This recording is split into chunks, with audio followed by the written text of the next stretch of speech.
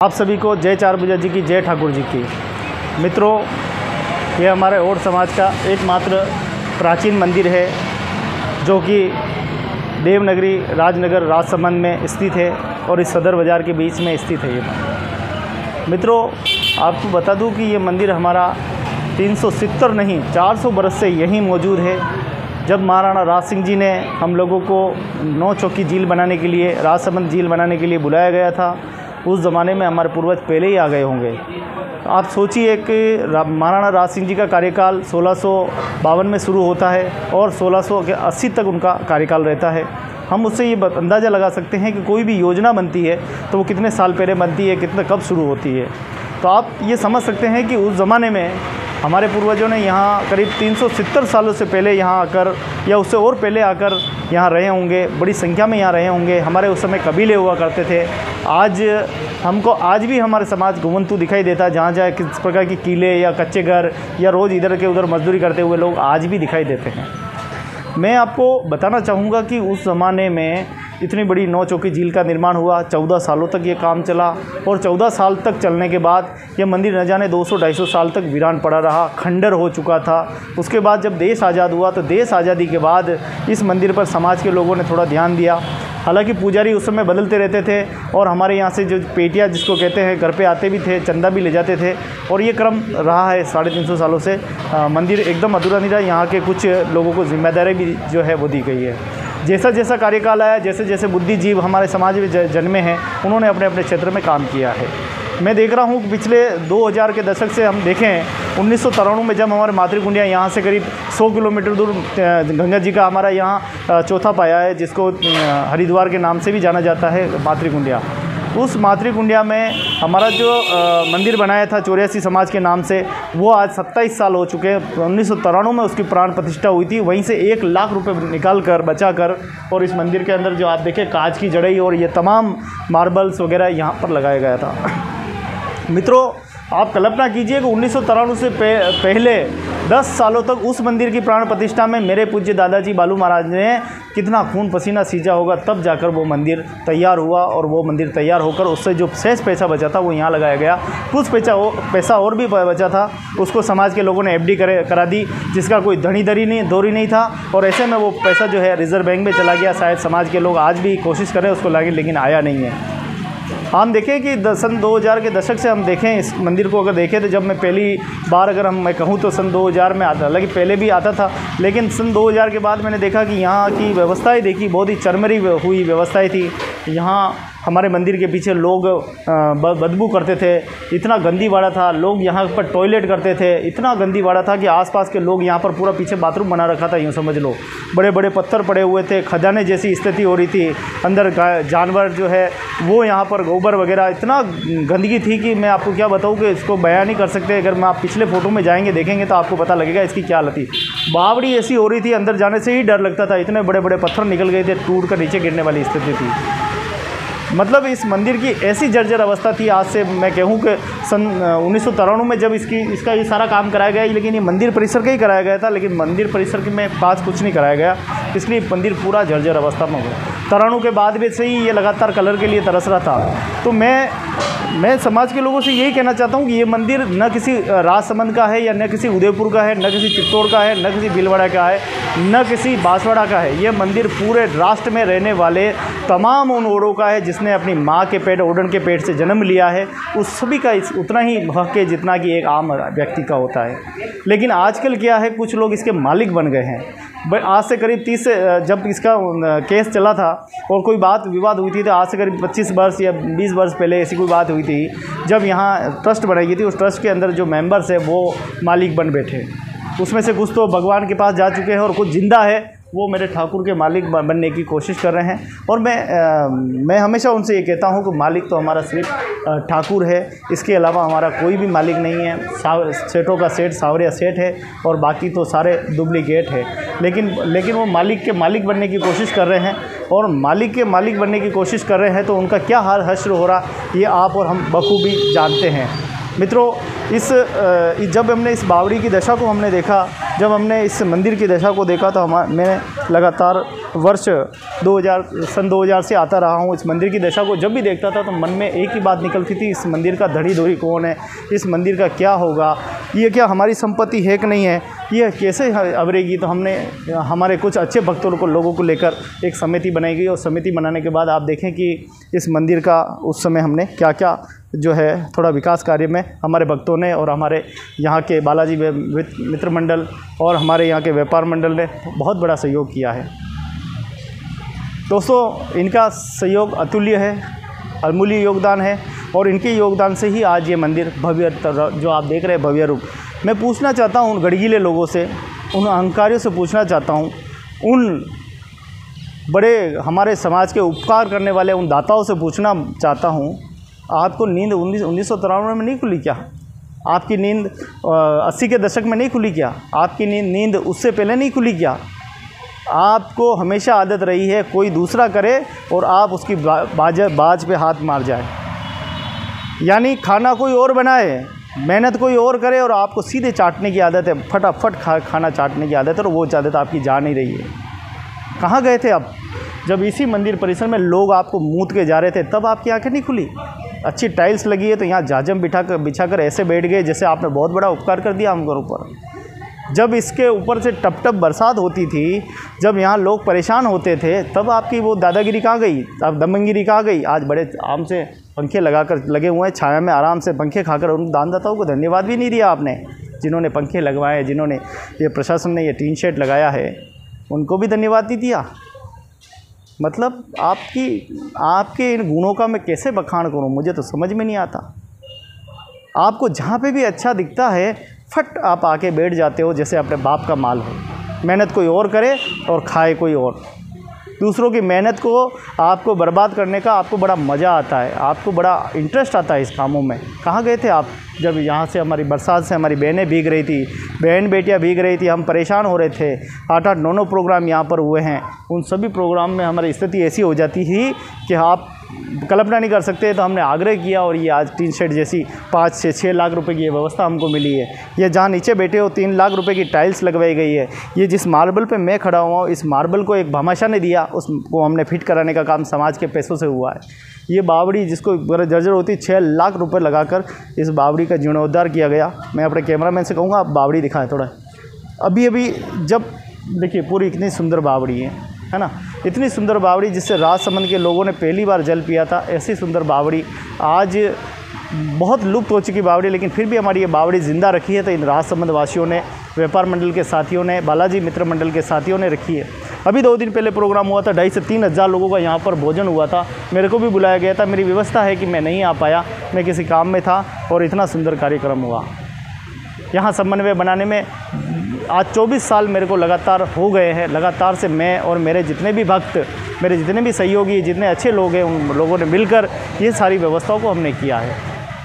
आप क्या कल्पना करेंगे, आप क्या कहेंगे? आपके लिए आपको भेजा था कि आप जाइए वो पीछे वाली ज़मीन जिसका मामला चल रहा है कोर्ट में, पुजारी और जब उनके बीच में, उसको जाके देखिए। आपने तो ऐसा देखा कि आपने तो पूरी इस मंदिर के ऊपर भी कब्जा कर लिया। चौपड़ी में आपका नाम क्या आ गया, आप तो इसके मालिक ही बन बैठे।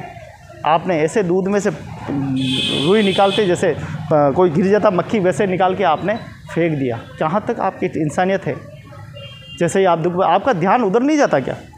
आपकी मातृकुंडिया की तरफ नहीं जाता जो 27 साल से आप संपत्ति वीरान पड़ी हुई है, जर्जर हो रही है, वहाँ आपका ध्यान नहीं है। आपका संपत्ति अभी जो आपने खरीदी कुछ साल पहले अवरी माता में, जो पूरी जीर्ण शीर्ण हो गई है, जो कि कुत्ते, जंगली जानवर जितने भी है वो अपने क्या बोलते हैं, सुअर वगैरह सब झापाघर बना हुआ है, बच्चे अंदर जन रहे हैं, कमाद टूट चुके हैं, वहाँ आपका ध्यान नहीं है।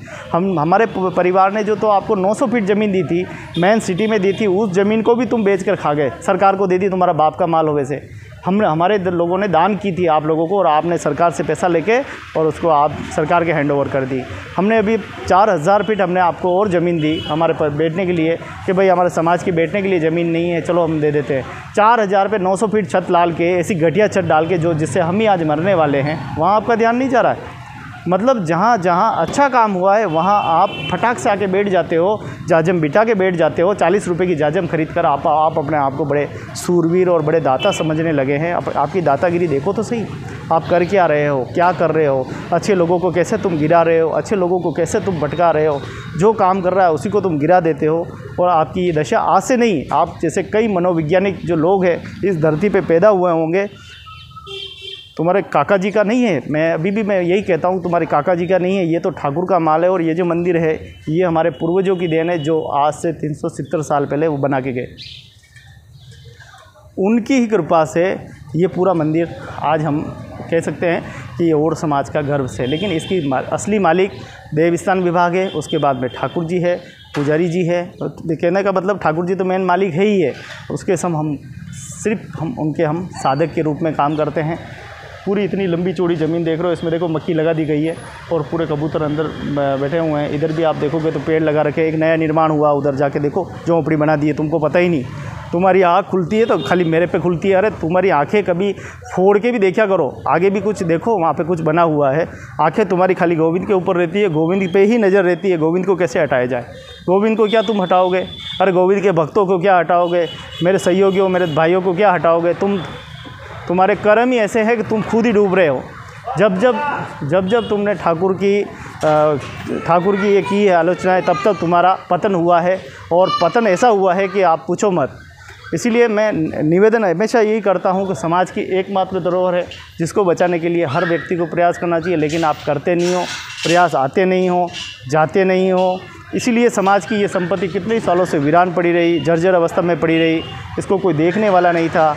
और जब आज कोई देखने वाला हुआ है, उधर दिखाओ, थोड़ा वापस धक्को मारो। मैंने देखो कितनी अच्छी व्यवस्था है। अभी देखो फाटक खोली है और फाटक खोलने के बाद ये गई, उसके बाद ये ठेला जो भी होगा बाहर चला जाएगा। यानी ये सभी लोगों के काम आ रहा है। यहाँ धर्म प्रेमियों के जितने भी हैं उनके सत्संग का कार्यक्रम होता है, चाहे बालाजी का कार्यक्रम हो, यहाँ भी हुआ था 10 दिन पहले कार्यक्रम हुआ था, उसका कार्यक्रम। यहाँ तमाम सरकारी गैर सरकारी जो भी काम होते हैं, हमारे बहुत भाग्यशाली है कि ठाकुर जी की छत के नीचे कार्यक्रम हो रहे हैं। मैं धन्यवाद दूंगा नगर परिषद पूर्व सभापति और हमारे पूर्व विधायक किरण महेश्वरी जी, जिनके करण कमलों से उनकी बेटी ने इनके सपना जो है दीप्ति महेश्वरी जी ने पूरा करके दिया हमारे को।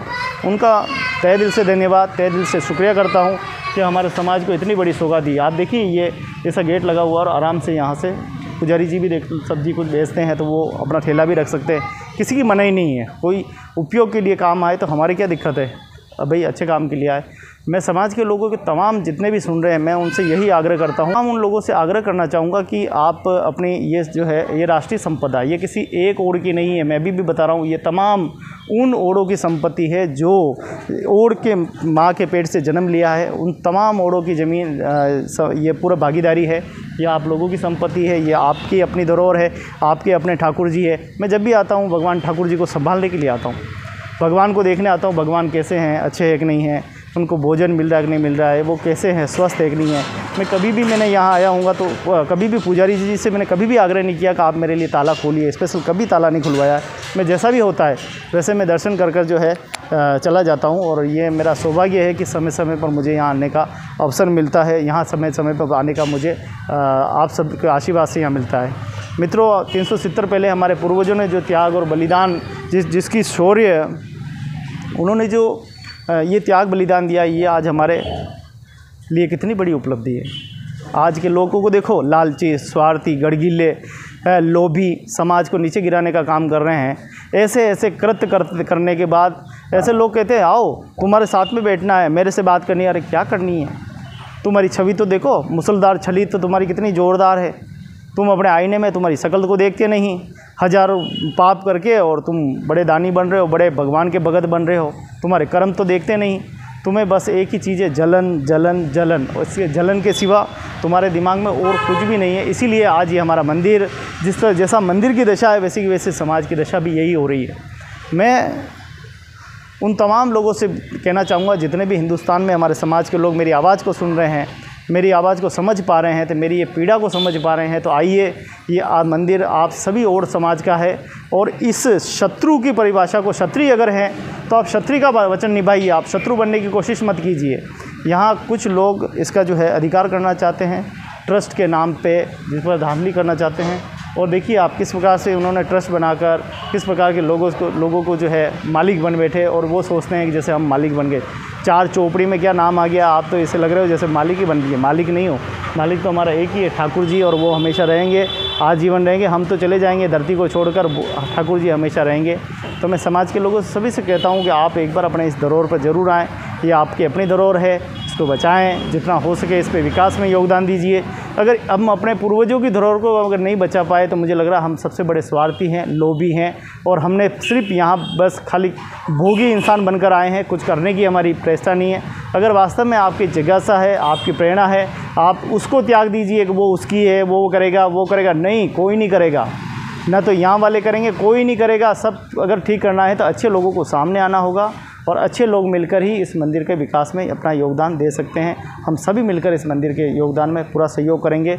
इन्हीं आशाओं के साथ अगर एक बार आप जीवन के अंदर आप जिस देश में रहते हैं, जिस कोने में रहते हैं, जहाँ पे भी रहते हैं, एक बार अपने आके ठाकुर जी के यहाँ आशीर्वाद जरूर लीजिए। ये हमारे पूर्वजों ने बनाया है, और उनके हाथ साथ का ये एक भारत में एकमात्र प्राचीन धरोहर है, एकमात्र हमारी निशानी है हमारे पूर्वजों की। हमारे पास और कोई निशानी नहीं है, कोई अवशेष भी नहीं है, हमारे को रजवाड़े नहीं है, तो कोई रावले नहीं है, तो कोई बड़ी उपलब्धि नहीं है हमारी, एकमात्र ये बची हुई है। आप यहाँ आइए, दर्शन कीजिए, प्रभु को याद कीजिए, अपने पूर्वजों को याद कीजिए, और अपनी इस पूर्वजों की धरोहर को और आगे विकासशील बनाकर इस समाज का नाम रोशन कीजिए।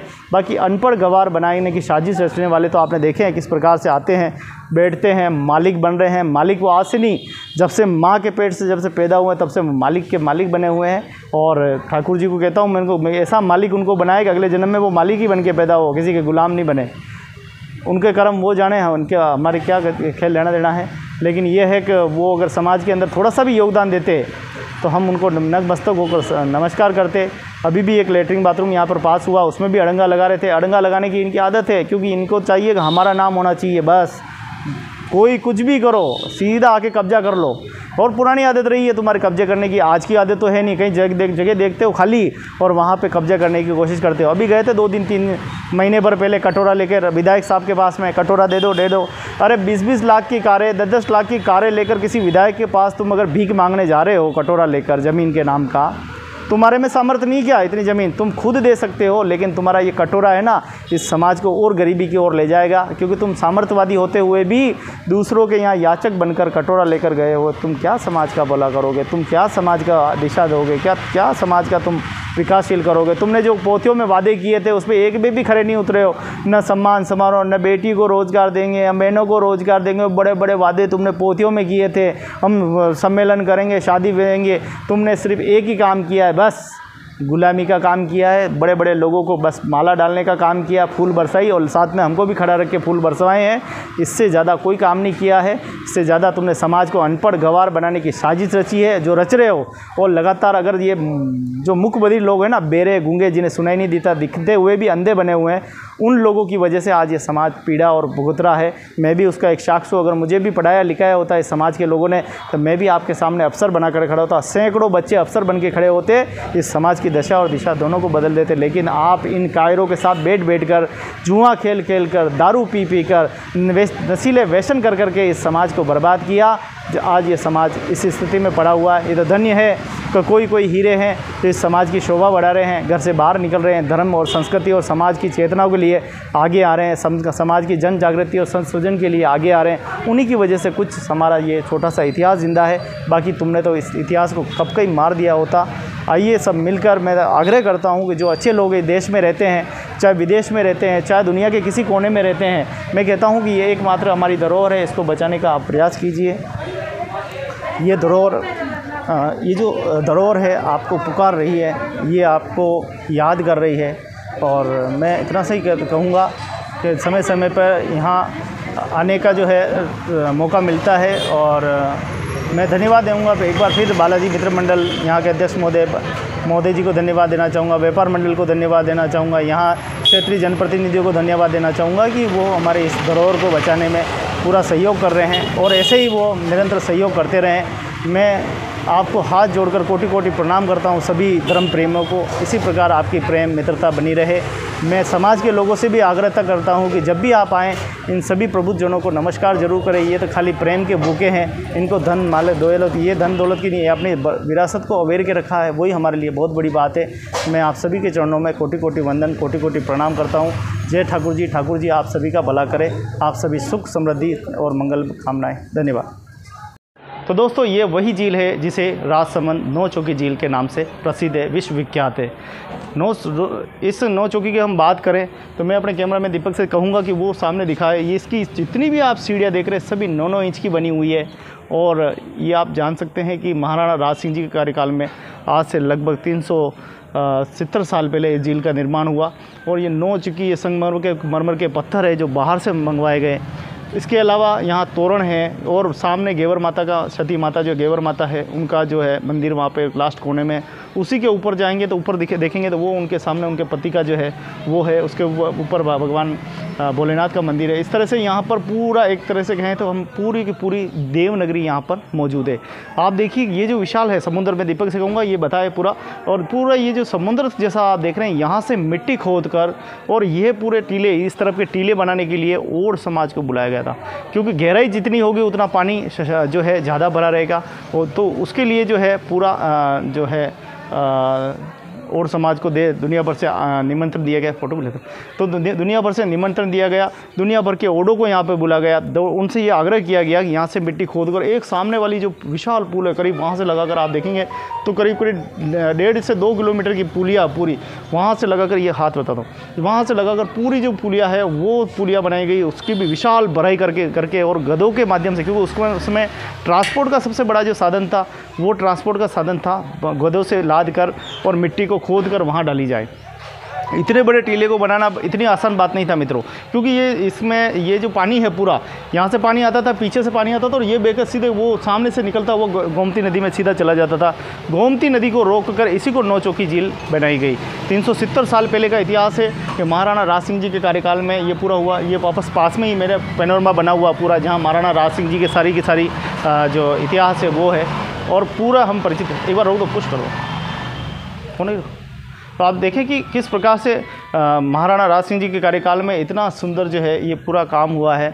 मैं महाराणा राज सिंह जी को उनको प्रणाम करता हूँ, उनको वंदन करता हूँ कि उन्होंने देखिए इतना खूबसूरत काम करने का हमें अवसर प्रदान किया। हमारे महाराजा के इस कार्यकाल में हमें काम करने का एक सुंदर अवसर मिला, हमारी अपनी पहचान बनी, हमारे समाज की पहचान बनी और हम आज गर्व से यहाँ पर आते हैं। जब आते हैं तो 15-15 हज़ार लोग आते हैं। ये जितनी भी सीढ़ियाँ आप देख रहे हैं, इन सीढ़ियों पर पैर रखने की जगह नहीं होती। जब वो जलजुल्ली का दृश्य आता है इतना ज़बरदस्त, मैं दीपक से कहूँगा वो बताए वो सारी सीढ़ियाँ, ये सारी सीढ़ियाँ जितनी भी है लबालब हो जाती है, पैर रखने की यहाँ पर जगह नहीं मिलती है। इतने हमारे समाज के लोग आते हैं, यहाँ तक कि संभाग भर से, जोधपुर से संभाग से, अजमेर संभाग से, पूरी दुनिया से लोग यहाँ पर आए हैं और पूरी दुनिया के लोग यहाँ पर हमारे ओड समाज से इस इतिहास से परिचित हुए, हमारे मंदिर के इतिहास से परिचित हुए। ये अपने आप में बहुत बड़ी बात है मित्रों। आज 2 दिन का हमारा कोई इतिहास नहीं है, बहुत ही पुराना और बहुत ही प्राचीनतम हमारा यहाँ का इतिहास रहा है और हम इस इतिहास को जीवित रखने के लिए,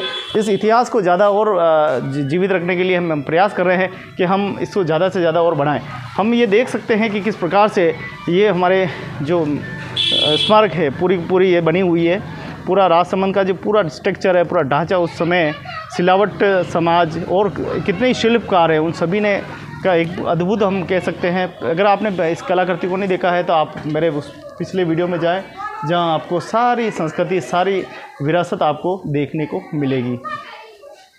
तो आज का ये वीडियो महाराणा राज सिंह जी को समर्पित है, मेरी ओड बिरादरी को समर्पित है।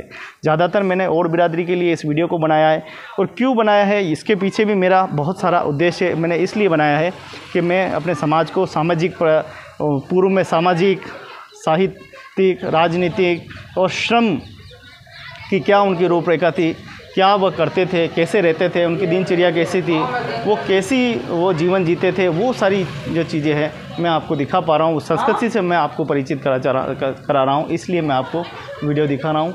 ये दुनिया बदलती जा रही है, दुनिया धीरे धीरे अलग अलग अपने रूप लेते जा रही है।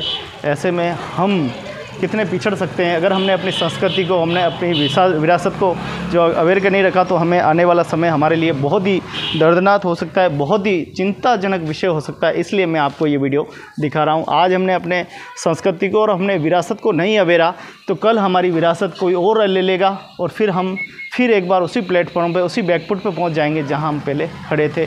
जैसे आज हम अपने अतीत को नहीं पहचानते, हम अपने भविष्य को नहीं पहचानते, भाई भाई का नहीं है, घर परिवार का नहीं है, हर घर में शत्रु ज़्यादा पाए जाते हैं, क्षत्रिय कम पाए जा रहे हैं, यही स्थिति हमारी हो जाएगी। इसलिए दोस्तों, भाइयों, समझिए अपनी एकता को, अपनी अखंडता को, और पूर्व में हमारे समाज के त्याग, बलिदान, उन योगदानों को याद कीजिए। कैसे वो साहसी थे, कैसे यहाँ से खुदाई करके उन्होंने इतने बड़े बड़े ऐतिहासिक काम किए हैं। जब हमें समाज की एक पहचान मिली है, आज हमारा नाम हुआ है। तो आप इतिहास से परिचित हुए हैं। मैं समय समय पर आपको इसलिए ये दृश्य दिखाता हूँ ताकि आपकी चेतना जीवित रहे, आपका ज्ञान का जो सृजन है वो जीवित रहे। इसलिए मैं आपको वीडियो बनाकर आपको पोस्ट करता हूँ। इसके बाद भी अगर आप नहीं जागते हैं, आप सोए रहते हैं, तो मुझे लग रहा है कि आप फिर सिर्फ सुख भोगी बनकर इस संसार में आए हैं। हमारे पूर्वजों के प्रति आपकी कोई सहानुभूति नहीं है। आपकी चेतनाएं मर चुकी है, निष्फल हो चुकी है। आप सिर्फ अपने लिए जीते हैं, दूसरों के लिए आप कतई नहीं जीते हैं। आप एक खुदगर्जी हैं, आप एक लालची हैं, एक लोभी हैं। इससे अतिरिक्त आप कुछ नहीं हैं। आप सिर्फ इस समाज में जन्म लिया है, इसी समाज से आपने सब कुछ लिया है। नाम, शोहरत, इज्जत, तमाम चीज़ें समाज में से लेने के बाद आप ये दावा करते हैं कई मंचों पे जाके कि मैं क्षत्रिय हूँ। तो आप ऐसे क्षत्रियों पर धिक्कार है। मैं ऐसे क्षत्रियों का बहिष्कार करता हूँ। जो अपने बाप का नहीं हुआ वो अपने समाज का क्या होगा। आप बड़े बड़े उपदेश देते हैं बड़े बड़े मंचों पर जाकर।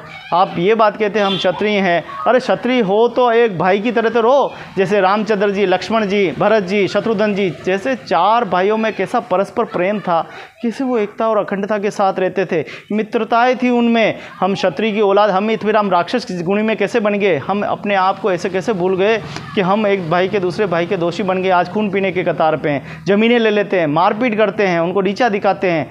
हम अच्छे लोगों को चलते चलते गिरा देते हैं। कोई मामा का लड़का, कोई काका का लड़का, कोई भाई का लड़का, यही सबसे बड़े आलोचक होते हैं। आप गिरा देते हो ऐसे ताकि वो कभी उठ नहीं पाता है। आशा करता हूँ कि अगर वास्तव में आप लोगों को क्षत्रिय की स्थापना करनी है और आपने क्षत्रिय का खून दौड़ रहा है तो जागिए, अपने आप को पहचानिए, अपने अतीत को पहचानिए, अपने गौरव को पहचानिए, अपनी संस्कृति को पहचानिए, अपनी वेशभूषा और अपनी भाषा को पहचानिए और अपने समाज में विकास के लिए योगदान दीजिए। बाकी आपका इस धरती पर रहना सार्थक हो सके, बाकी सब व्यर्थ है। आप सिर्फ इस प्रकृति के लेखा पी कर भोगी मत बनिए।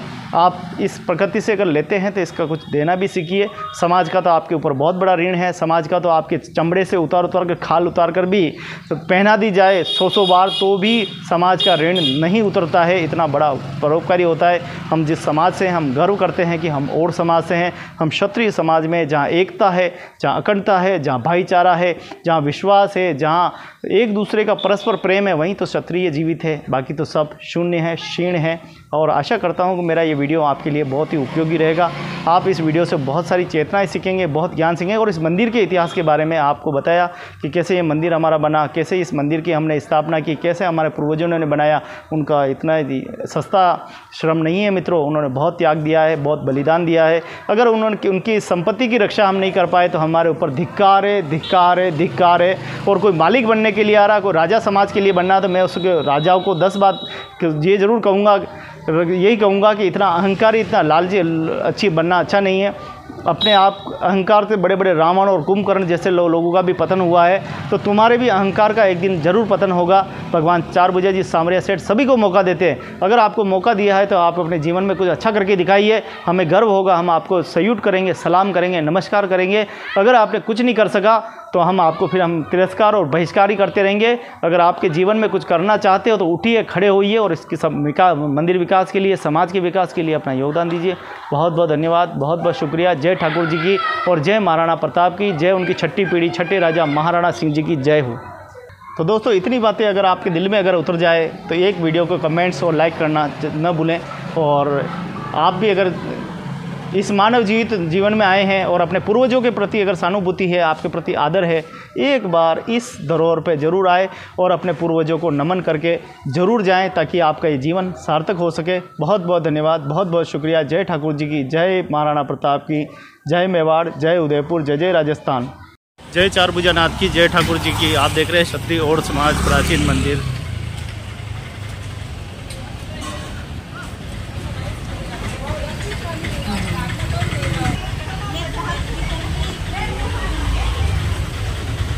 तो समाज का यह प्राचीन मंदिर है जो कि राजसमंद में स्थित है। सभी समाज के अनुभव महानुभाव ध्यान दें, इसको अनुभव लें कि ये हमारी एकमात्र धरोहर है जो कि राजसमंद में स्थित है, जो आप लोगों का इंतज़ार कर रही है।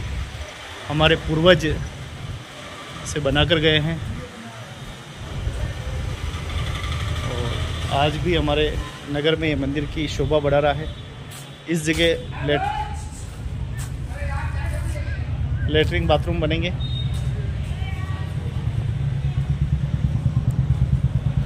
तो अभी समाज के लोग आए थे, उन्होंने बैठक भी की है।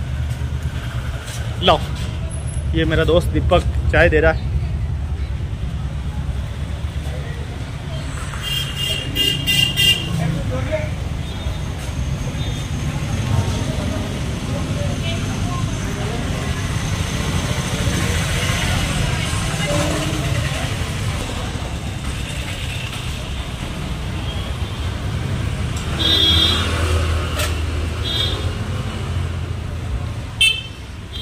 सावरिया सेठ ठाकुर जी का यह प्राचीन मंदिर राजसमंद में स्थित है। प्रभु विराजे हुए हैं। कभी कभी प्रभु के दर्शन हो जाते हैं, मेरे को भी। आप भी दर्शन कर लीजिए। तो ये पूरा एकमात्र पूरे अखंड भारत का समाज का एकमात्र मंदिर है जो कि प्राचीन है। 370 साल पहले महाराणा राज सिंह जी के कार्यकाल में मेवाड़ राजवंश के सबसे वीर सम्राट और अनुभवी विकास पुरुष, ऐसे महान व्यक्ति जिन्होंने नदी, नाले, झीलों का निर्माण कराने वाले महाराणा राज सिंह जी के कार्यकाल में इस मंदिर का निर्माण हुआ है।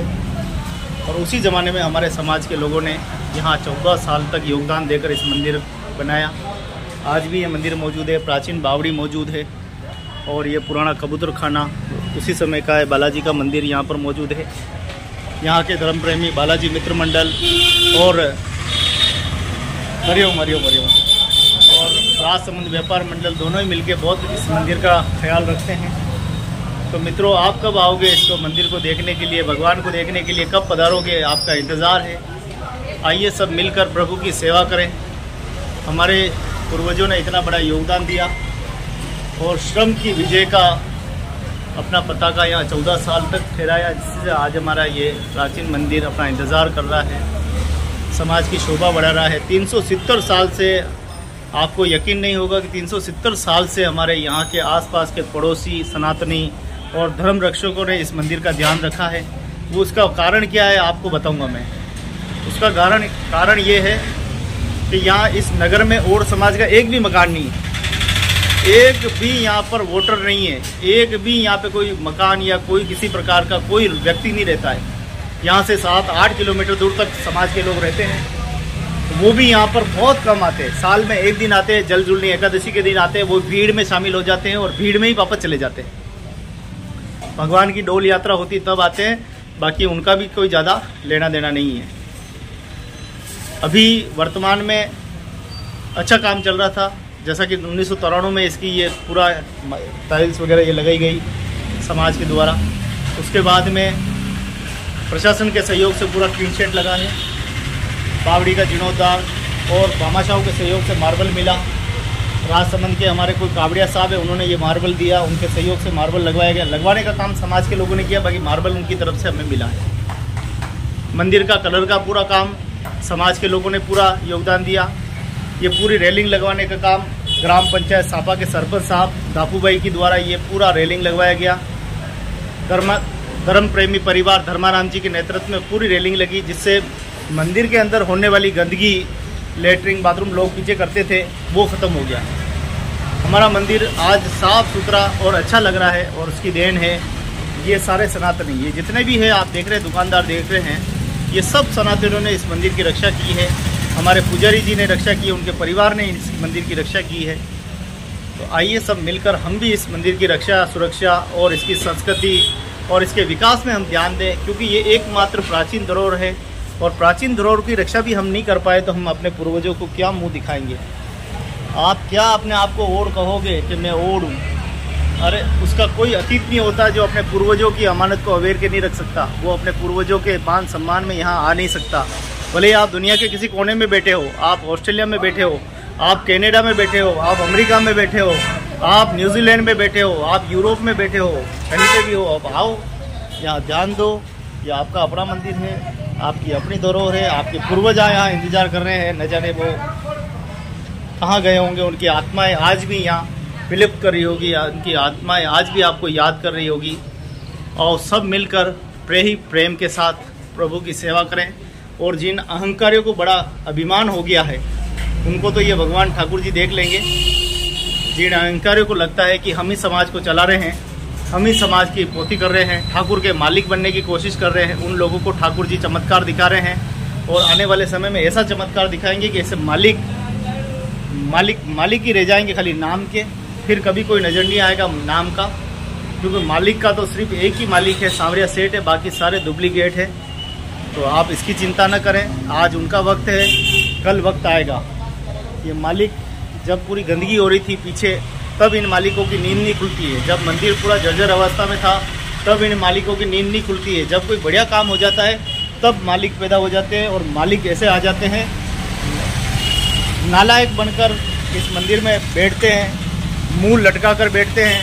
उनकी अपनी कोई उपलब्धियाँ तो होती नहीं है, उनका कोई काम तो होता नहीं है, लेकिन एक काम वो बढ़िया कर सकते हैं, किसी को गिराना, बनते हुए काम पे अवैध तरीके से कब्जा करना और अपना साम्राज्य स्थापित करना।